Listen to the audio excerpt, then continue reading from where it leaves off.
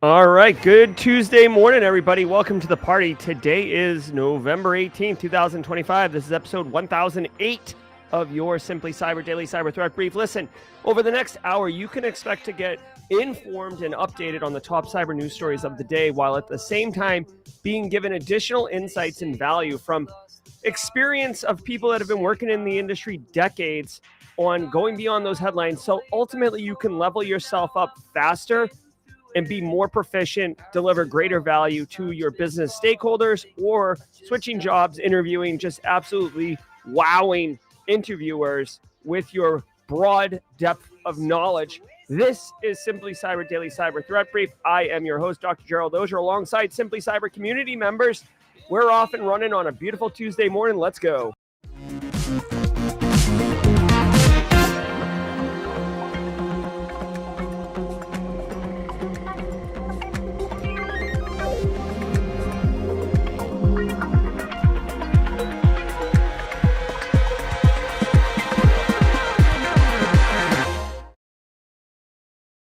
That's right. Good morning, everybody. If you're cold somewhere like Steve Young or here in the low country where it's a bit chilly, do try to stay warm today. Hope everyone's having a wonderful week off and running.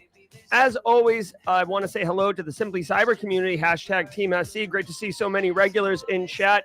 Definitely appreciate starting my day and waking up with you guys. If you're running around bustling in the kitchen, getting ready for work, maybe you're on the elliptical like Nick Barker or pumping iron, getting those gangs like Derek Welski. Whatever you're doing, however you work Simply Cyber's Daily Cyber Threat Brief into your morning routine or your evening routine, because we are international, I want to say thank you for making the effort and being part of the community. Definitely appreciate it. If today's your first episode, holla at you. Look at you adding new things to your routine. Hashtag first timer in chat if it's your first time. We have a special sound effect, a special emote, and the squad members definitely have a warm embrace for you. I want to say what's up to Brogan's Hero. Still thrilled to be part of the community. 7 months. Love it, dude. Thank you so much for the support. Glad to have you here. Guys, so first timers, let me know in chat if you see a first timer. Just spam John McClane emote so I can see it. I also want to let you know every single episode, yes, we have a lot of fun here. We high five and have fun stories and Red Hulk and stuff. But also, this is an instructor-led webinar. Don't tell anybody that it's an instructor-led webinar. I have 20 plus years of experience, a bevy of education. I'm qualified to run this session. And we do half a CPE because it's 30 minutes of value sprinkled with 30 minutes here and there of good times. So say what's up. Grab a screenshot of your name, like Face Doyle, Coffee Cup Cheers, Ireland's owned. Grab a screenshot, include the show title because it has the episode unique identifier and the date, right? File it away once a year, count up those screenshots. Just Control A and look at how many files you got, and then divide by 2. Simple as that. And I get this question often. You only need the screenshots if you get audited by the certification body. It is evidence just in case, okay? Got to get that going. What's up, DJ BSEC and Haircut Fish in Mod Chat? Good to see you guys. Looks like we have a first-timer, everybody. Thomas Barnett, 3609. Thomas Barnett, welcome to the party, pal. Welcome to the party, pal. Oh, my man, Gary Sturgiotis in the hizzy. Good to see you, Gary. Sierra Nevada Celebration Ale's out, Gary. I don't know if you got into that action yet, but tis the season, as it were. All right, guys, we got our CPEs. We got our first-timers. It is Tuesday. Every single day of the week has a special segment, and Tuesdays is Tidbits Tuesday, where I share a little bit about myself with y'all. Last week, I told you about how I like low-key wrestled Bo Jackson in my dream and woke up to my wife wondering what the hell I'm doing. So who knows where we're going to go from there? I don't know. Elliot Matthijs, Port Zero, good morning to everybody. Before we get into it, though, allow me to pay the bills. Let me say what's up and holla to Kimberly Can Fix It. Also worth noting, guys, this week, CTF. Guys, if you didn't know it, we do a lot for the community here, but I don't do the best of telling everybody We do these monthly flash CTFs. What is a flash CTF? A flash CTF is for 2 hours, a 2-hour session every month. So this month it's Thursday, November 20th at 5 p.m. Eastern. And for only 2 hours, this competition is open. It is free to join. I give out cash prizes because everybody likes cashish. And basically, you get a cool black badge roll in chat on Discord server. Come out, hang out, CTFs. It's fun. It's competitive, but it's very casual. It's super cash. Okay, it's super. It's like Casually Joseph casual. Okay, it's very cash. Go check it out. Poner Joe runs it for us, which I appreciate. He sends me the list of winners, and then I fire off a bunch of Amazon gift cards. It's part of my Friday morning routine once a month. So come on down to Meta CTF Flash CTF. Now, let me say shout out and thanks to the stream sponsors.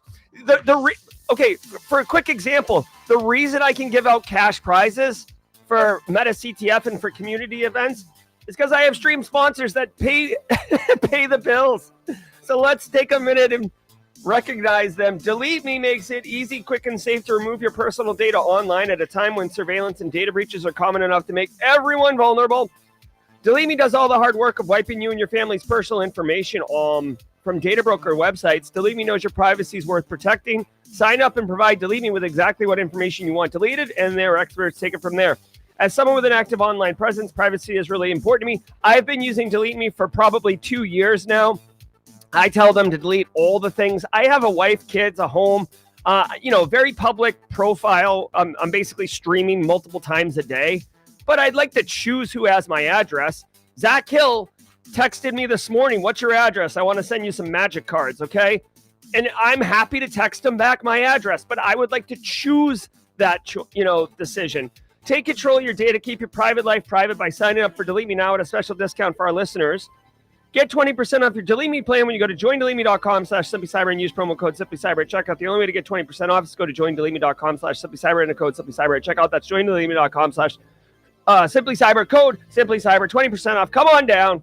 Speaking of value train, guys, anti-siphon training tomorrow at noon. Tomorrow, there's still time to register. Would you like to have a full, to me, doing a full 2025 data deep dive on macro level insights, things that you're seeing across the entire year, trend data, all this is great, guys. I love really well done annual retrospectives. And if you don't know what a retrospective is, it's a popular technique to look back, lessons learned, insights, and then you can apply them going forward into 2026. This right here is get your popcorn, get your Barker lounger, reach down with your left hand, grab that lever, throw it back so you can fully recline, and let Jordan Drysdale and Ken Ickler take you on an awesome on an awesome ride. This is definitely cool. I'm going to make every effort to be there.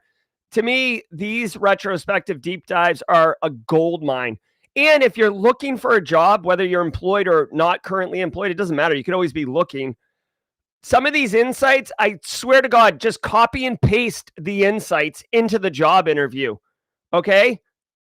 It's not fraudulent. You're like literally doing research, getting educated, and then taking the nuggets that you like and bringing them forward with you. So don't sleep on this. This is a good one. My man, Nerman, 24 months, blue badge. I love myself some Nerman. Nerman loves the community. I love Nerman, and I know the community does too. Great guy, team player for sure. All right. Hey, let's hear from Threat Locker really quickly. And go to anti-siphontraining.com to get signed up for this one. I'll see you guys in the Discord server when this live stream happens. Although actually Wednesday at noon, hold on. I think I'm doing something Wednesday. No, give me 1 second. Hold on. Let's listen to Threat Locker and I'll check my calendar off stream. Anyway.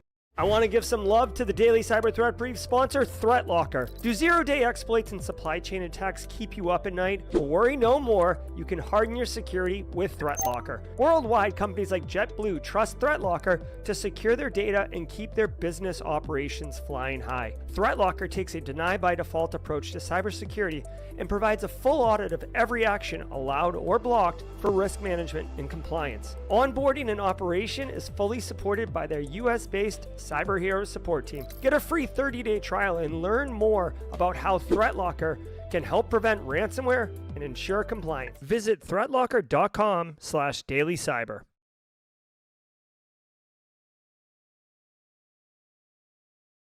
All right, so I do have a conflict at noon tomorrow. However, I have a meeting from 10 to 12 with Tyler Ramsby to record some stuff. And then my meeting at noon is with Tyler Ramsby to talk about KairoSec, the pen testing company that we run.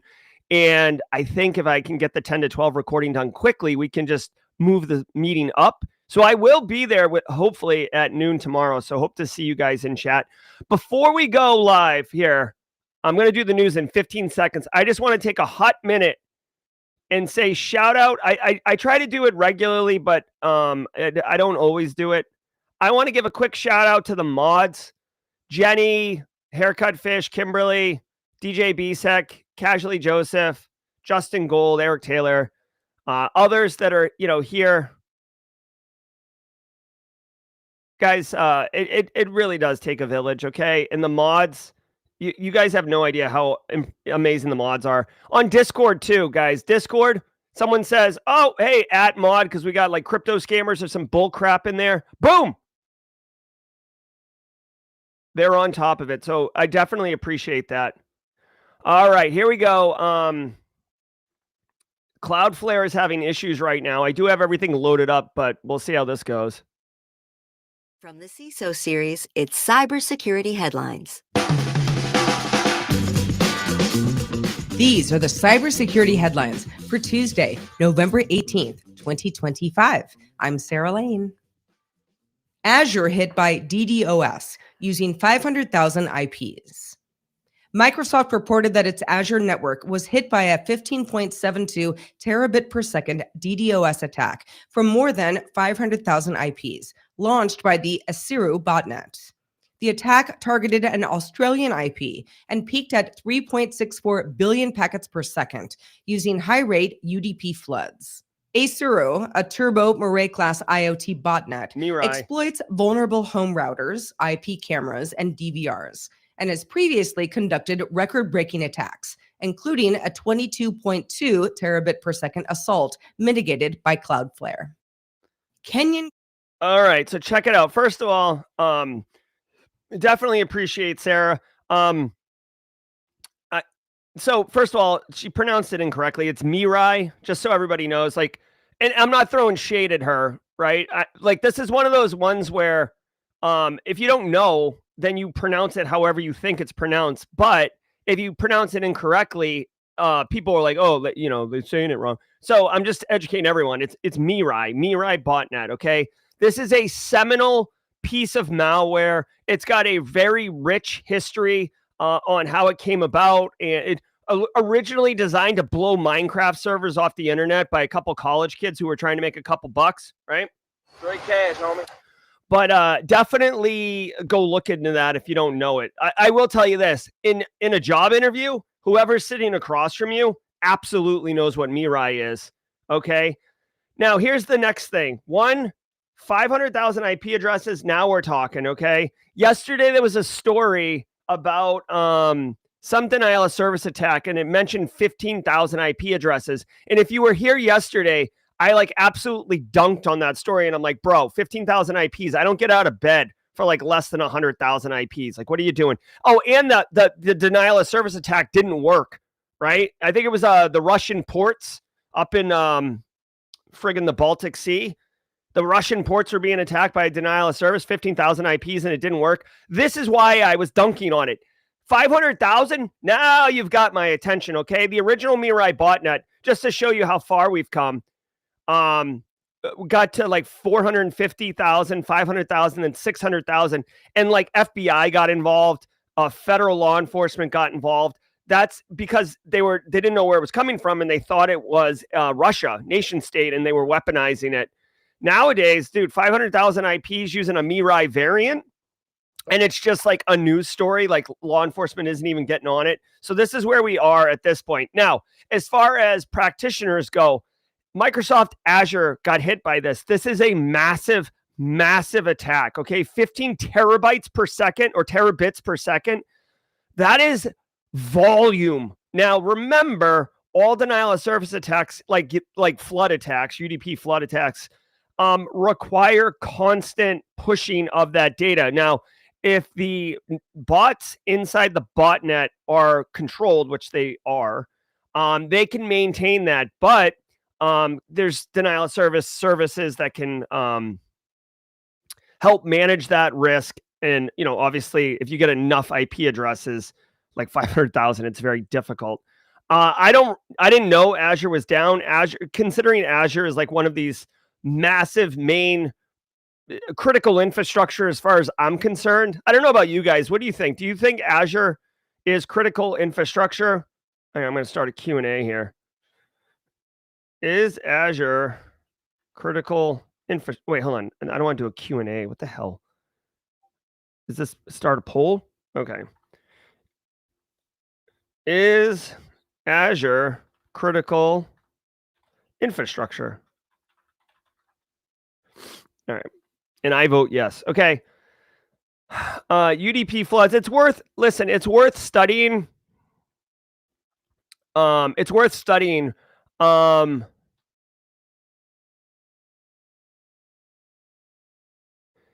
honestly, Cloudflare this morning is having issues, and I wonder if it is tied to a denial of service attack. DJ Bsec and I were talking this morning.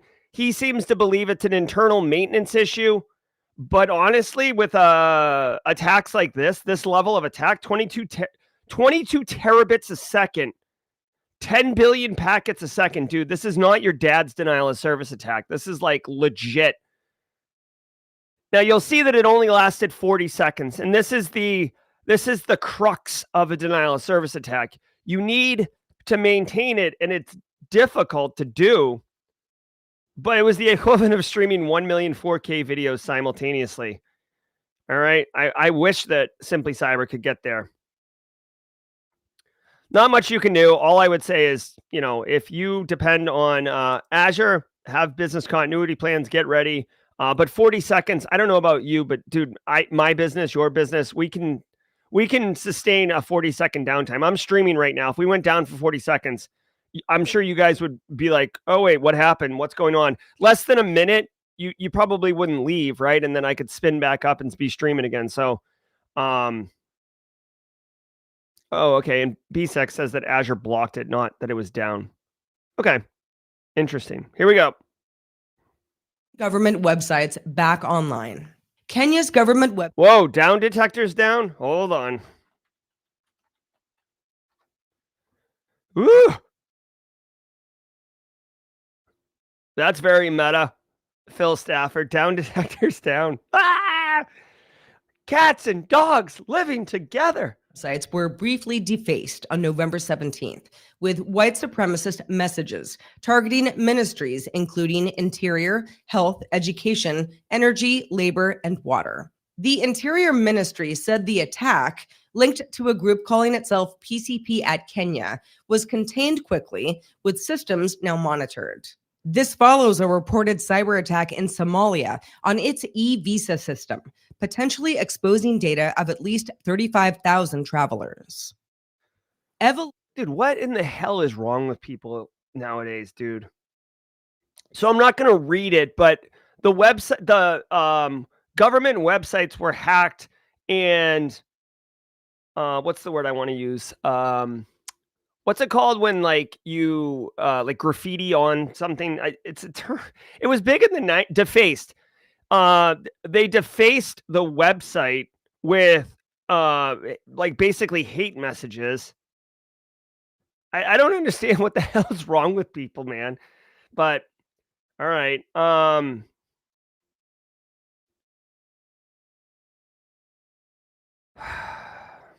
right. So here's the deal. Kenyan government website, obviously they didn't have very good security procedures. Threat actors were able to, who are ideologically motivated, they were able to deface the website, which, it's not a good look for the Kenyan website, and it's a little scary. It's more of a terror attack. But, I mean, this doesn't disrupt operations. If you were trying to figure out if you could pay your tax bill that day, you could still do it. water didn't stop, emergency services didn't stop. This is a, like, not petty, but this is just like like like this is like a burr under the saddle. It's annoying. It's offensive, but they could just go in and fix the website. And then how did it initial password? I'm trying to find out how they got in.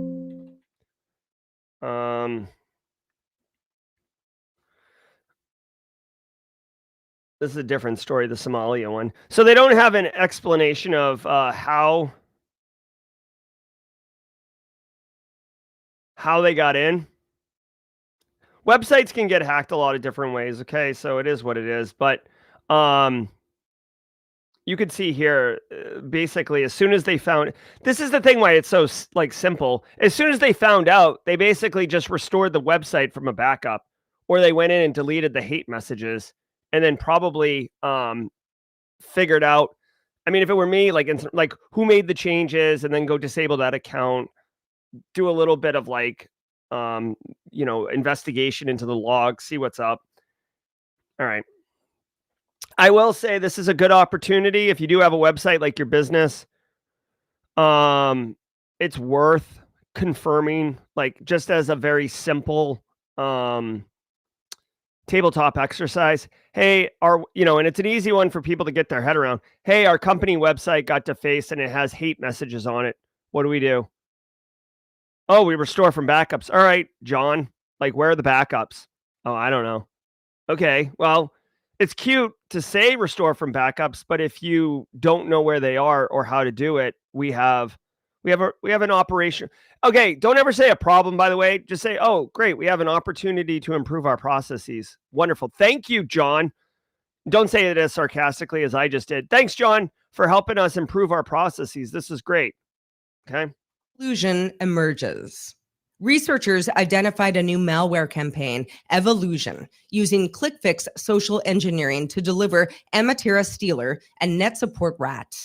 Amatera targets crypto wallets, browsers, messaging apps, FTP clients, and email using evasion techniques. Attacks trick users into running malicious commands via fake CAPTCHAs, which launch PowerShell scripts that download and execute payloads.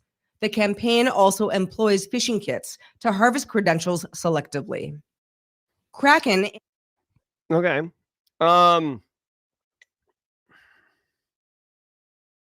You know what? Whoever made this infographic, this process flow, I respect you. I appreciate you. Listen, anyone can create a process flow diagram using basic, basically Visio shapes, right? Square, block, circle, the wavy line. This person, whoever this absolute darling is, went the next level and made custom graphics.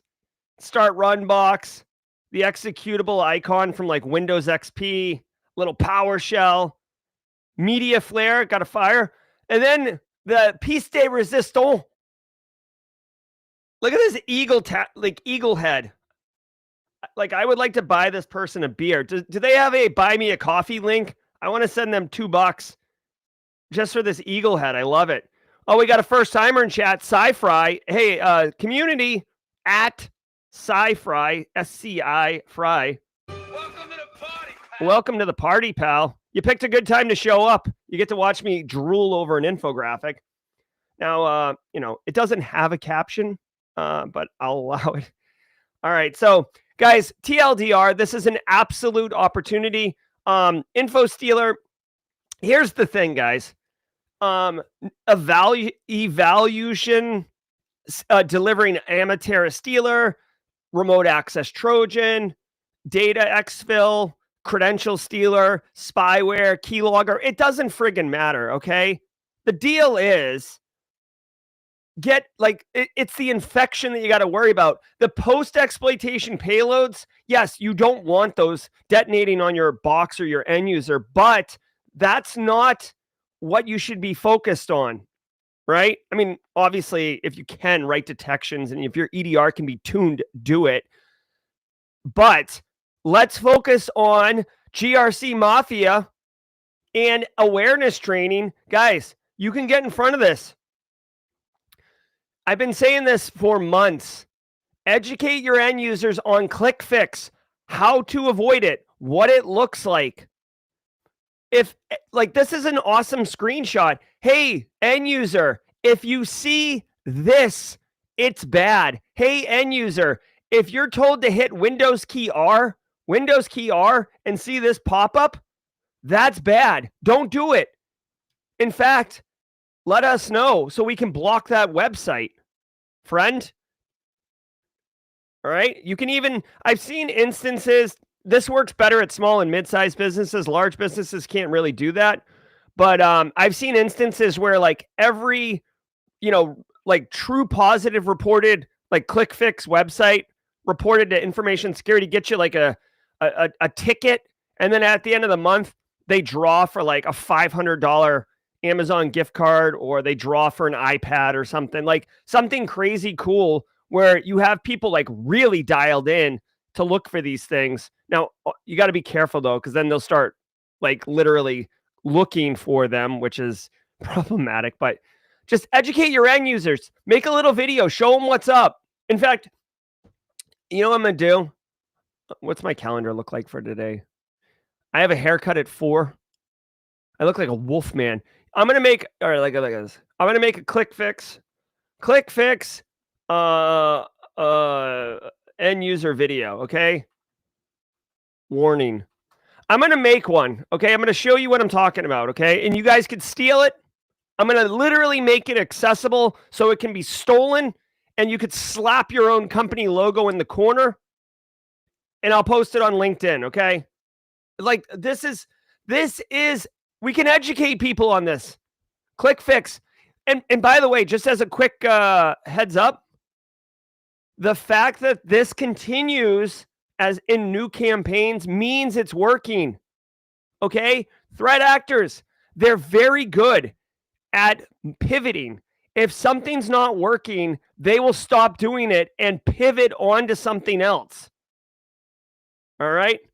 Poor Kathy Chambers. I had a meeting with her yesterday where I was peak Wolfman. I look like Michael J. Fox in Teen Wolf. Not the first one that was good, but Teen Wolf 2, the real messy one, that low budget one. Oh, it was rough yesterday. Enhances ransomware attacks. Cisco Talos says that ransomware group Kraken has been running big attacks across Windows, Linux, and ESXi. Hold on, we got some wins here, by the way. At Jack Pierce. Hold on one second, Jack. I'm going to do a Ric Flair here. At Jack Pierce and at Slimy Puppet, which Jack Pierce just graduated with an associate's in computer science and cybersecurity, 373 GPA. Jack Pierce, woo! And then my man Slimy Puppet, squad member, just graduated WGU in cyber. Excited to get to work. Way to go, man. Straight crushing it. Look at all these bosses. Guys, I got to tell you, absolute bosses up in here at Team SC. Just sharing the wins, crushing, and really just setting the tone. I do like Jason Bateman. Since February, the group now benchmarks each victim's system before encrypting files so it can pick the fastest method without crashing the machine or triggering defenses. Talos observed intrusions using exposed SMB services for entry, Cloudflare for persistence, and SSHFS for data theft, with ransom demands around $1 million. Kraken lists victims in multiple countries, including the US, the UK, and Canada. And its new Last Haven forum appears to be a collaborative space supported by former Hello Kitty operators. All right. Well, hey, the joke's on them. They use Cloudflare for persistence. Hold on one second. I gotta. You guys like this is worth it. Okay, check it out. Threat actors use Cloudflare for persistence. Oh, yeah, this is good. Oh, that's hilarious. Guess what? Kraken's down. We win. All right, for real though. This is an interesting technique. Obviously, sophisticated concern. Remember that every single down detector's back up. Thank you, Elliot Mattice. Twitter's down. Cloudflare's down. Good thing YouTube's fine, or else we'd have a problem here. Whoops. All right, hey guys, check it out really quickly. In the world of cybersecurity, we have jobs and we get paid decently because of threat actors, right? If threat actors didn't exist, probably 2/3 of us wouldn't have jobs, okay? It's a cat and mouse game. And when we come up with defenses, threat actors adjust and pivot and move around. You've seen it at the operating system level with buffer overflows. Then they came out with DEP and ASLR. They got around that with ROP gadgets. And then we came out with control flow guard. Okay. Now there's JOP to get around control flow guard. Okay. And in the ransomware space, there's been all sorts of defensive technologies over the last couple of years, right? Backups have always been a great option, but there's tools that look to see if massive amounts of files are being encrypted, and then it'll kill those processes. It looks at certain directories, like canary token directories, basically, and if the canaries get encrypted, they kill the processes, etc. Right? So this is an evolution. So to me, this is less about Kraken and more about the evolution of the cat and mouse game of the ransomware space. So I would take this as a macro level insight. I'd also, for what it's worth, keep this in mind as far as job interviews. And if you are protecting your own organization, and ransomware should be one of the threats that you're thinking about, be mindful of this advancement on the threat actor side. So what it does is when it gets on the box, it actually benchmarks the machine to figure out the optimal encryption approach to ransomwaring the box. So it can look to see, oh, hey, like, I don't want to encrypt a bunch of files really quickly because that's going to tip over that's going to tip over a detection to let the threat actors, to let the defenders know that I'm doing this. So I'll slowly encrypt and I won't reach a level of concern for the defensive solutions to fire off and prevent the encryption. So essentially, some of your defensive techniques could be compromised or not. Some of your defensive techniques could not be utilized because this Kraken software is doing a bit of an analysis and an evaluation of the machine and the defensive tech on it prior to detonating. It's not always easy, but for me personally, what I would like to do here is like, okay, like let's get a copy of this Kraken, put it on a lab machine with our, security tech stack on it and run it, in a controlled way and see if our defensive technologies identify and stop it. Okay. Now I don't know enough about Kraken to know if they have anti-analysis techniques. Sometimes it could not detonate correctly because it knows it's being studied, but Did we just become best friends? Yep. All right. Space Tacos says, I only got 4 hours of sleep last night. I appreciate your energy, Jerry. Thanks for keeping me awake. Heading out to an all-day training with Deloitte at the Rockefeller Center. Ooh, GRC Mafia. First of all, thank you, Space Tacos. Also, have a great time at the training. All-day training is definitely good. And Deloitte is definitely, high class. All right, guys, let's keep cooking. A fairy says, sending much love to all the Simply Cyber crew. This is one of the best spaces in the world. Thank you, Jerry, and the whole team and the chat army. Yeah, I love it. Thank you. Huge thanks to our sponsor, KnowBe4. Your email gateway isn't catching everything, and cyber criminals know that. That's why there's KnowBe4's cloud email secure platform. It's not just another filter. It's a dynamic AI-powered layer of defense that detects and stops advanced threats before they reach your user's inbox.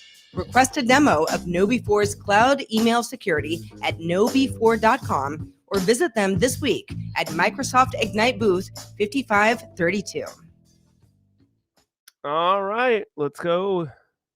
I've been doing the warm chocolate.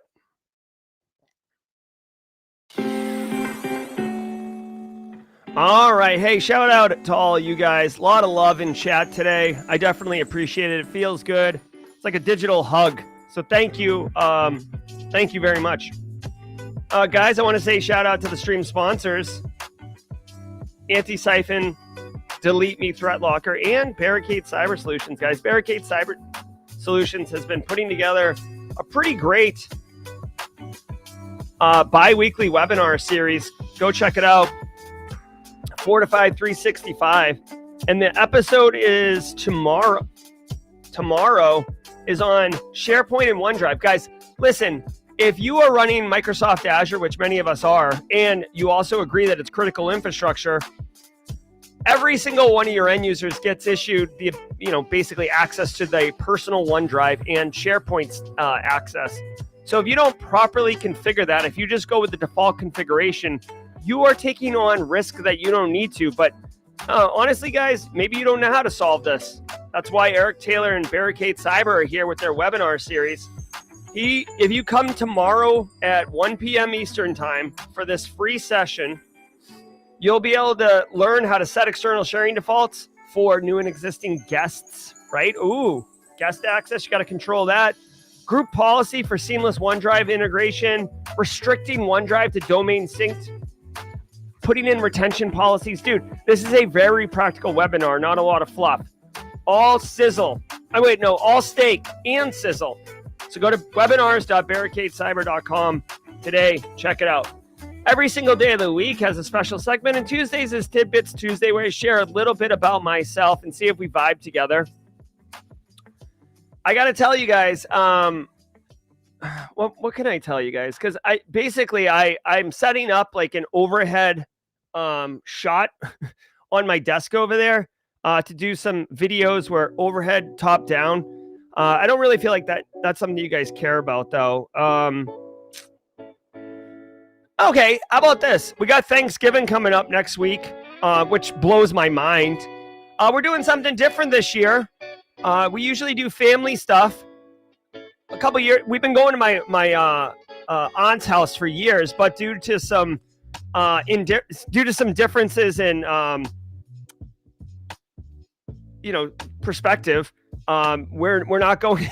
we're not invited there anymore. So last year we did Thanksgiving here at the house, like our own thing. We did the big turkey and everything. And this year we're going to a friend's, good friend's house, and his family and his parents, who I'm good friends with growing up. We've known him for 30 years. So we're doing like the Friendsgiving type thing with our families. So what's your Thanksgiving tradition? You guys starting new ones? No, it's not Aunt Dorothea. No, it's Aunt Susan, my Aunt Susan. But yeah. So what's your Thanksgiving plans? That's what I'm doing. We're trying a new one, kind of a Friendsgiving situation. All right, guys, let's keep cooking. There's my man Zach Hill in chat. All right, let's go. Cursor paves way for credential stealing attacks. Cursor's AI-powered developer environment lets attackers hijack its internal browser to steal credentials. Gnostic researchers found Cursor doesn't validate certain runtime components, allowing a malicious MCP server to inject JavaScript, overwrite login pages, and run code across all browser tabs. Cursor says this isn't a fixable bug, but a risk of how AI coding tools work. Users are warned to review code and avoid auto-run features. All right. So, again, I know I sound like an old curmudgeon, fist shaking at the clouds. I'm all gray and old. I remember when Magic was, big beasts and you just smashed the face. Okay? And I've been complaining about vibe coding for a minute. Cursor is like vibe coding ground zero. And as a cybersecurity professional, you should be absolutely aware of this. What is happening is these platforms that can vibe code, which means you basically just tell it what you want the application to do, and AI handles the programming part of it, is littered with OWASP top 10 vulnerabilities because it's a software engineer, not a security professional. And you can see here, researchers are discovering a security weakness in this tool that allows malicious MCP servers to hijack Cursor's internal browser. Now, MCP servers, you should absolutely get it up to date on, they allow for modularization of services to integrate with AI tooling. So think of them as like API interfaces for web applications. And if that's a lot of friggin' acronyms, just instead of having to code everything in, MCP servers allow you to reach into capabilities and pull things out. It looks like we have a first timer in here. Mickey T10 or T1037 at Mickey Mickey, like Mickey Mouse. Please welcome Mickey to the stream. Welcome to the party, pal. Welcome to the party, pal. All right, so malicious MCP server is definitely a thing. And let's see how Cursor gets screwed over by this one. Cursor allows attackers to take over its browser and deliver credential stealing attacks. Now, remember, credential stealing is not good. Wait. Did we just become best friends? Yep. We've got a Felucci D with a super chat. Thanks, Jerry, for all you do. You've been an inspiration. I started a YouTube channel, iSentry Insights, where I share insights on cyber and fraud prevention. Heck yeah, dude. I love it. Way to go, man. Congratulations. Keep going. Also, hey, really quickly, since Felucci D started a YouTube channel, my personal branding 4-day, 16-hour course, it's like only delivered live, is happening in the last, second to last week of January. I just made this decision yesterday. So just letting everybody know in case anyone's down with that. Okay. So this particular attack is not a software development OWASP top 10 issue, but you should be aware that Cursor vibe coded stuff does have that. How does this work?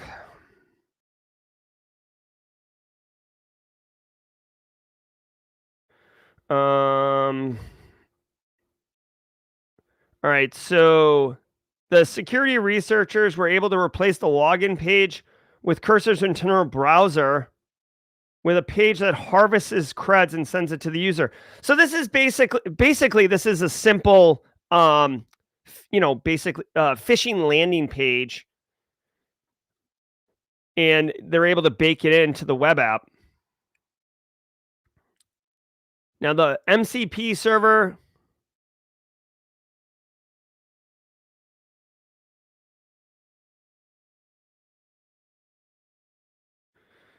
all right, researchers created a proof of concept malicious MCP server, then implemented a script to modify unverified code for when an MCP server is registered that allowed them to inject arbitrary code into the internal browser, which they injected JavaScript to basically scrape the username and password from the login page and then send it to the to the researchers. This is a pretty cool attack. It's elegant.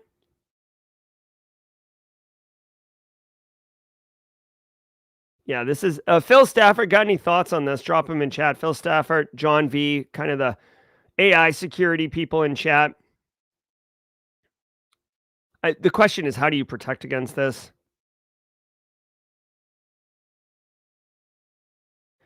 Oof, it's not clear to me because Cursor's not going to fix this, because Cursor is saying that this isn't a flaw. This is just the kind of the architecture of the system. And the thing is, the malicious MCP server is kind of the attack element, right? That there's just no validation being done by Cursor. So developers using tools should triple check every MCP and extension they add. Okay. So this is basically no different than importing malicious functions, like when PyPy, NPM, GitHub get compromised. Spoiler alert, in 2025, when you are integrating MCP servers, make sure they're legit. Make sure they're not malicious. That's the TLDR of this story. And I don't 100% know. I've still got to learn more about AI. I don't even know 100% how you validate an MCP server isn't malicious. Phil Stafford, if you got an answer, drop it in chat. But this is not about a vibe code issue. This is about depending on an MCP server that's not safe.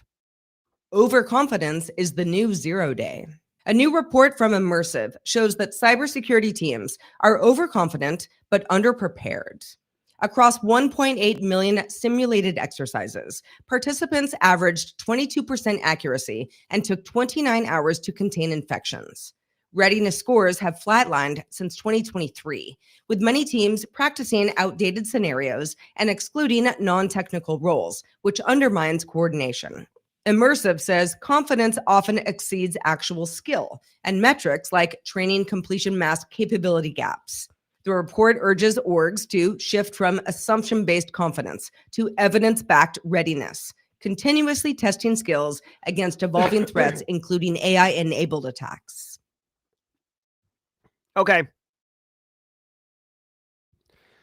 If you have been a regular member of the community, then you know that I have consistently been banging the drum on tabletop exercises and specifically not letting Kevin, who's been there for 30 years, and I know I got some pushback in chat a couple days ago when I said this, but the person who knows all the things, don't let them be the one talking. Start the tabletop exercise off as you're on vacation. You're on read only right now. You're not allowed to speak. Okay? Overconfidence is a killer. Oh, hey, what happens if we get hit with ransomware? Oh, we'll just restore from backups. No big deal. And sometimes there's a lot of shade being thrown, right? Like, oh my God, like, especially if you're, by the way, just spoiler alert, because this is real and you will never read this in a textbook. I guarantee you, but I've seen this in my career multiple times. If you are younger or you're only a couple years of experience in the industry, right? You could be a 45-year-old, but you just got into cyber 2 years ago, right? So it's not about age. It's about time in the seat, for lack of a better term. When you say, oh, hey, there was you're running a tabletop exercise and you're like, oh, there was a ransomware attack. And the person who's been there 30 years, been doing IT forever, knows everything. And they're like, we would just restore from backups, Jerry. Like sarcasm, like not toxicity, but just like throwing shade. I got to ask you, have a high EQ, have a high emotional quotient, have a high ability to let that just slide off you, okay? And not take it personal. Be objective. I know this is going to be difficult, especially for me to do, but remove passion from the equation. Be objective. Be almost cyborg-like. And when they say, oh, just restore from backups, be like, okay, that's great. I'm glad we have that capability. Tina, you're on the IT team. Kevin says we restore from backups. How do we do that?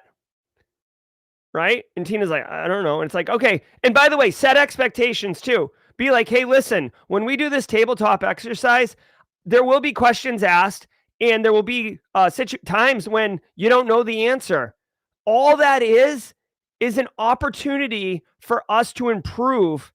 Because if we don't know the answer, that means when we really have to deal with a real situation, we're not going to know the answer. So no one's getting written up. No one's wrong. No one's not doing their job. No one's getting in trouble today. What we are trying to do is kick rocks over and figure out where our problems are. So let's take a real hard look at ourselves. We're all great professionals here, but we can improve. You might even want to throw it out there. I mean, is there anyone in this room who doesn't think that they can improve?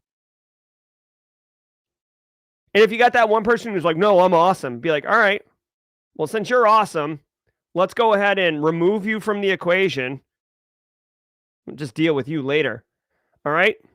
I'm telling you, tabletop exercises, removing passion. That is how you handle this risk, because I'm telling you, overconfidence, guys, if you've never dealt with a real incident, it is an adrenaline dump. It is very high stress, and you're not making great choices, especially if you haven't practiced.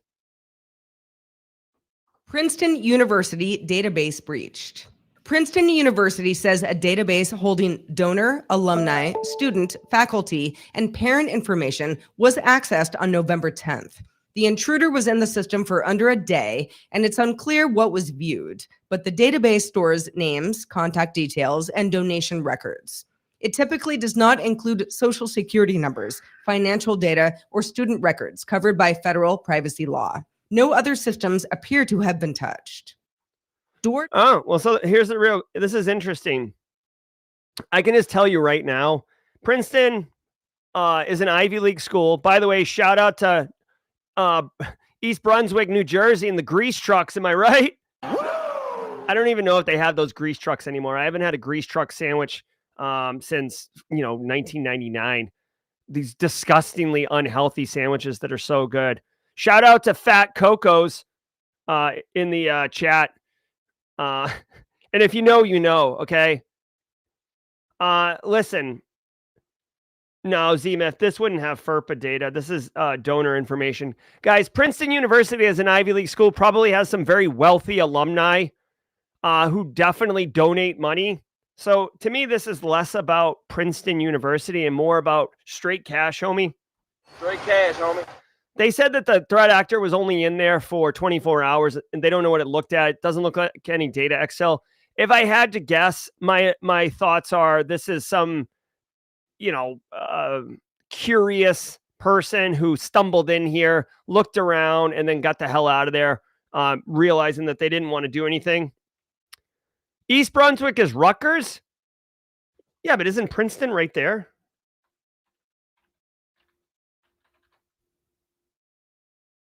Well, okay, it's in Princeton, New Jersey, but hold on.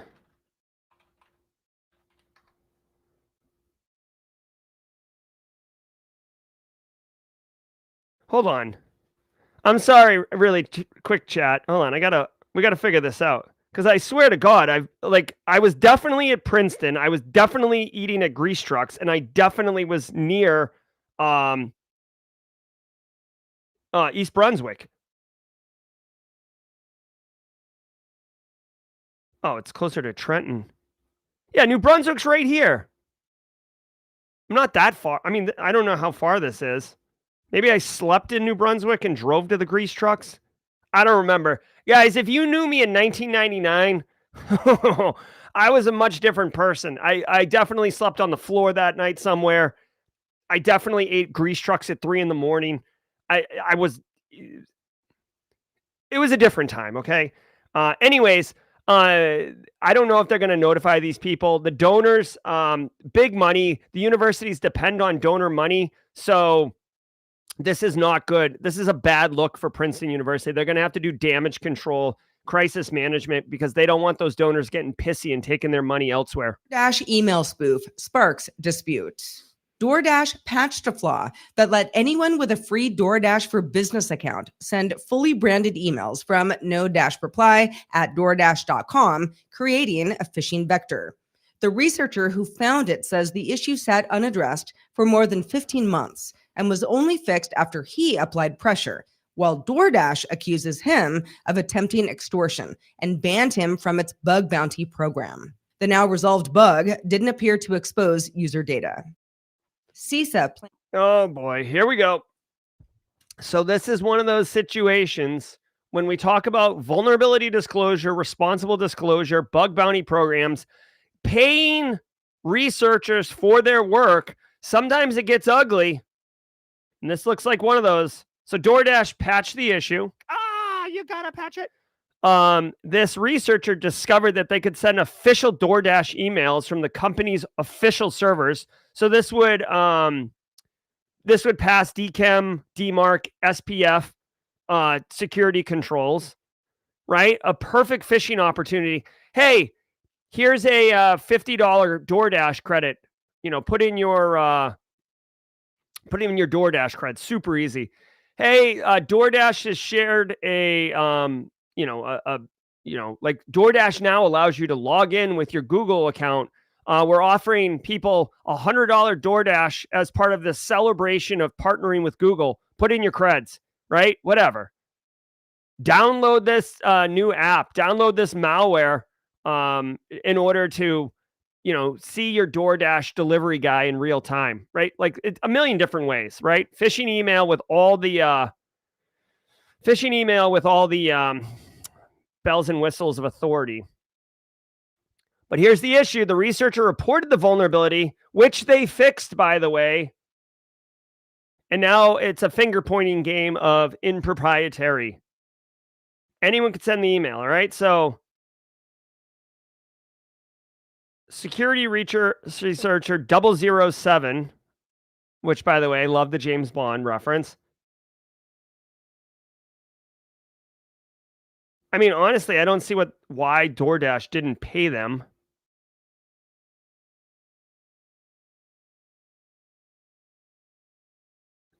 So the researcher did the appropriate thing. They did not go wide. They didn't go public. They responsibly disclosed it. It looks like DoorDash was telling them to kick sand. So they approached a news outlet discreetly and provided evidence showing it.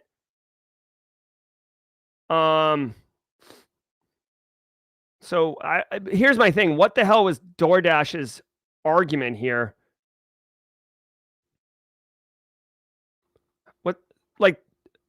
Dude, if you run a bug bounty program, you have to pay your security researchers. It's such an ugly ass look to not.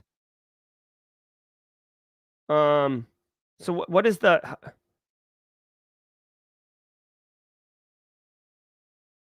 All right, so DoorDash acted inappropriate here. So they responsibly disclosed, and DoorDash just drug their feet. 15 months of this thing not being accepted as a vulnerability. So then he released he reached out to news outlets, yeah.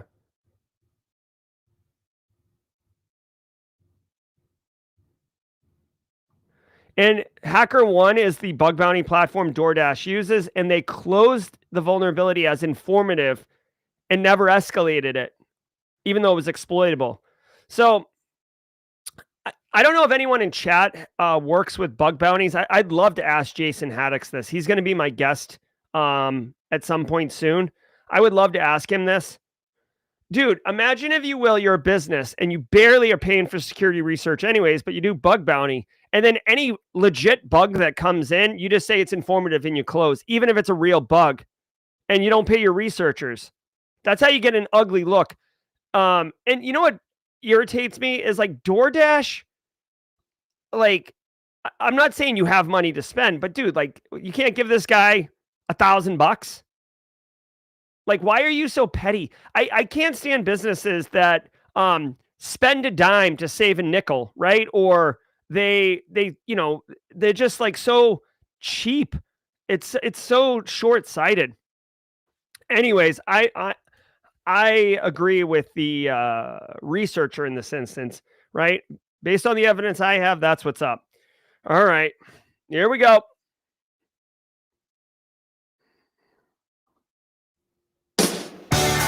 Whoa, excuse me. Wait, hold on. We have one more story. I'm sorry. CISA plans hiring spree to rebuild depleted ranks. CISA plans a major hiring push in 2026 to recover from prior staffing cuts and strengthen defenses against China-related threats.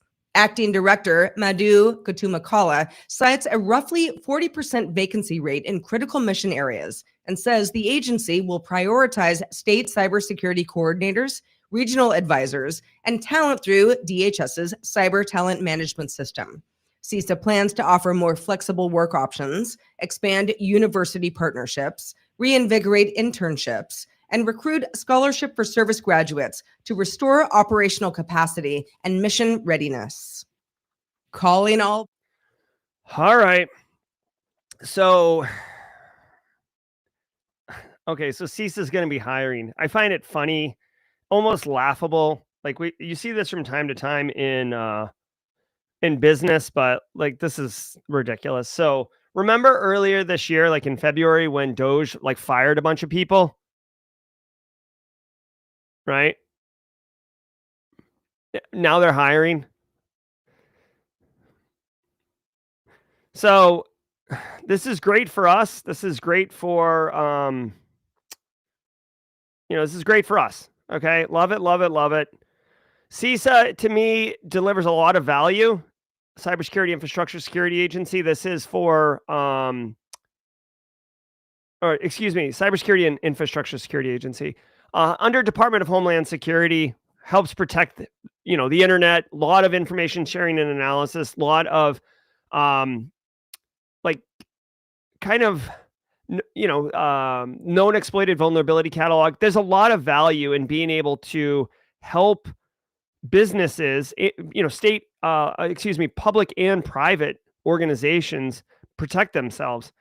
They have a 40% vacancy rate across mission areas. So CISA is a skeleton crew. They have a great mission and they're not able to deliver on it because of staffing issues. The good news is, right, for many of us, I would say that, hiring has been a hot mess, right? Like lots of layoffs going on. Some of us in this community have been laid off. And CISA is going to go on a hiring spree. So good on that. Look for some jobs. This could like help the economy. You know what I mean? So let's go.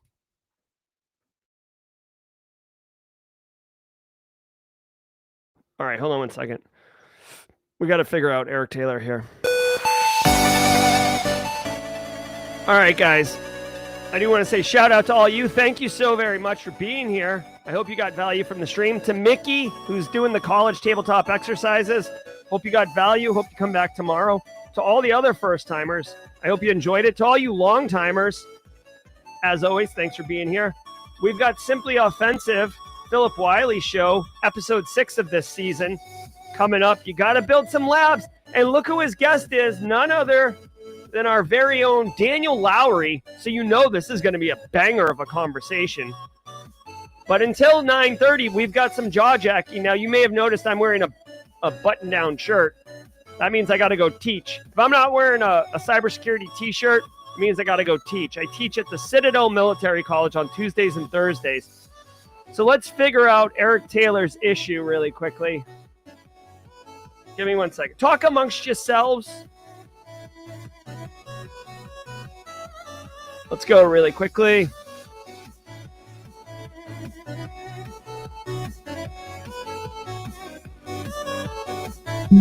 I'll spend 1 minute trying to help Eric here. And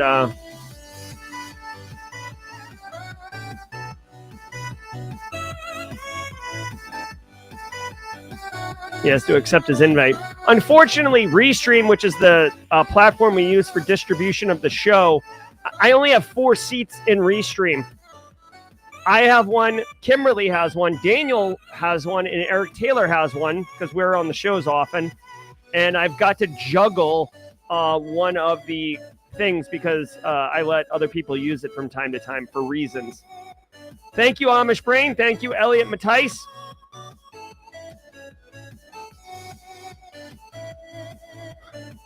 All right, let's keep going. I'll give, I guess, 13 more seconds here to Eric Taylor. Kimberly's here. Like, I don't know if he's trying to log in or what, but.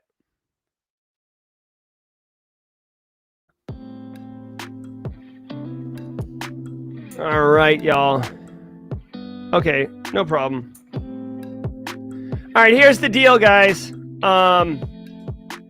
I think part of the Cloudflare issue is now preventing people from logging into Restream, which, by the way, thank God I was able to get in here. The backup plan is really disaster recovery if I can't get into Restream. But we can't do that. So, guys, I'm going to end the show. If you can, check out Philip Wiley's Simply Offensive in about half an hour. Maybe go grab a muffin and a coffee, hit the head, take a bio break, and then come on back. Leave the stream up. I'm Jerry from Simply Cyber. Shout out to all of you. Thank you so very much for being here. Have a wonderful Tuesday, and I'll see you tomorrow at 8 a.m. Eastern Time. And don't forget, public accountability. I'm going to be making an end user awareness training video that you can steal. I will literally make it so you can steal it and make it for your business. All right? I'm Jerry from Simply Cyber. Till next time, stay secure. See ya!